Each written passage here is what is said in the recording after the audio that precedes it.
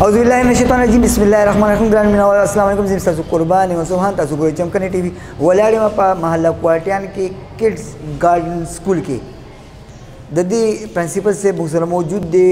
دوی د سوکانو د ماشومان لپاره یو پیکیج متعارف کړی دی څه پیکیج دی دوی سره په دې حق خبرې اترې کوو السلام علیکم جی وعلیکم السلام سر څه پیکیج دی په هغې باره کې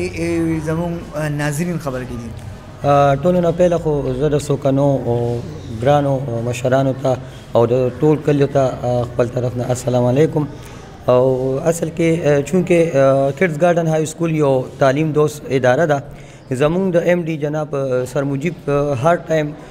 دا کوشش وي چې هغې د عوامو ته ښه نه ښه سهولیت او د هغې د فایدې دپاره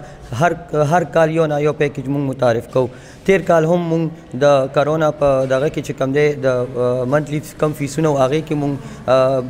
ټول خپل سټوډنټ له ریلیف ورکړی د کلي خلکو له هم ریلیف ورکړی دې ځای چې کوم دی زموږ دا 3 کلاسونه دي پهلني 3 کلاس چې کوم دي پلی ګروپ نرسري او کے جی چې کوم دی د دې کلاسونو مونږ خپل سټوډنټس دپاره چې کوم دی بکس کاپیز یونیفارم چې کوم دی دا فری اناؤنس کړي دي دې نه علاوه چې کوم دی د زموږ د نوتیه برانچ شاندار رزلټ د 14 کالو نه شاندار رزلټ د راتلو په دغه باندې د دې کلي د خلکو دپاره چې کوم دی مونږ د دې سکول اپګریډیشن وکړو او دې کال به انشاءالله مونږ په 9 8 9 10 کې هم ایډمیشن کوو او زمونږ دا ایم دی چې د سوکانو ماشومانو دپاره په ډېر کم فیس کې یو ښه تعلیم او ښه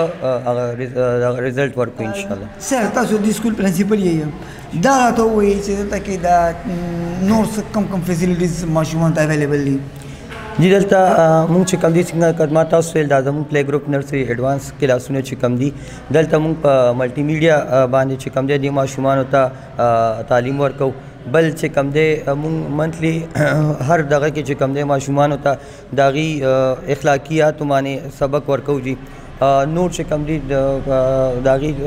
فیسیلیټیز چې کوم دي هر قسمه دغه مونږ ماشومانو ته ورکوو په فیس باندې مونږ ډېر فیسیلیټي ورکوو پیرنټ ته مونږ پیرنټ لکه ماشومان نه تنګو پیرنټ له داسې تکلیف نه ورکوو هغې باندې نو هر قسمه فیسیلیټیز مونږ کوشش کوو چې پیرنټ ته مونږ ورکوو هر ډېره مهرباني پرنسپل صاحب د پرنسپل صاحب د خبرو نه بل بعد دا دی چې د پلی ګروپ کې چې نرسري ماشومانو ته به کتابونه او کاپیانې بالکل فری ملاویږي صرف د نارمل فیس د هغې دی هغه به ترې اخیستی کېږي علاقې دپاره ډېره خوشخبري خبره ده چې دې سکول کې به دې کال نه د 8 9 10 کلاسونه شروع کېږي د پرنسپل صاحب دا ریکویسټ دی چې د پیکیج نه بھرپور فایده اوچته کوي او کډز ګارډن فیملی جوړ شي او راشي دلته کې خپل ماشومان داخل کوي په دې خبر تاسو نه اجازه غواړم د الله په امان